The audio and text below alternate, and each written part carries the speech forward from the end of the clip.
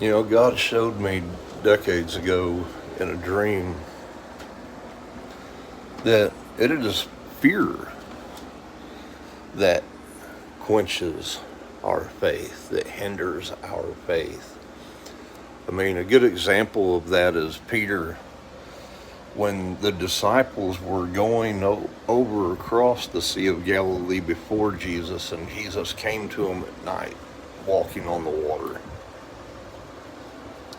And they were having a problem crossing because the ways were contrary. When they saw Jesus, they cried out, supposing that he was a spirit. And Jesus said, "Fear not, it is I." And Peter said, "If it be you, Lord, bid me to come out on the water with you." And Jesus said, "Come." And Peter had stepped down out of the boat and was walking on the water. And when he saw the violence of the waves, he feared and he began to sink, and he cried out to Jesus. And Jesus, taking him by the hand and pulling him up, because it says that he began to sink. You know, Jesus asked him, he said, "Why did you doubt?"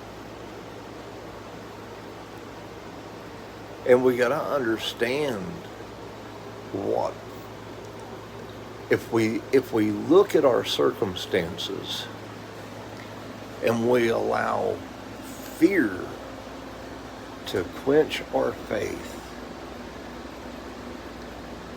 you know, it's like there's been so many times that, you know, tornado warnings come, and I live in a mobile home. And, you know, if I was to sit there and look out at the storm, it would be easy to allow fear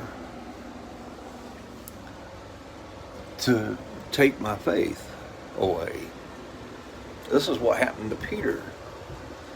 You know, and I see this, you know, our circumstances, you know,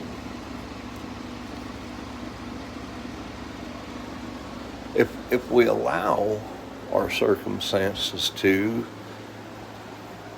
they can cause us to fear and doubt and lose faith. And as Paul said in Romans 14:23, whatsoever is not of faith is sin. Well, we need to understand the significance of that.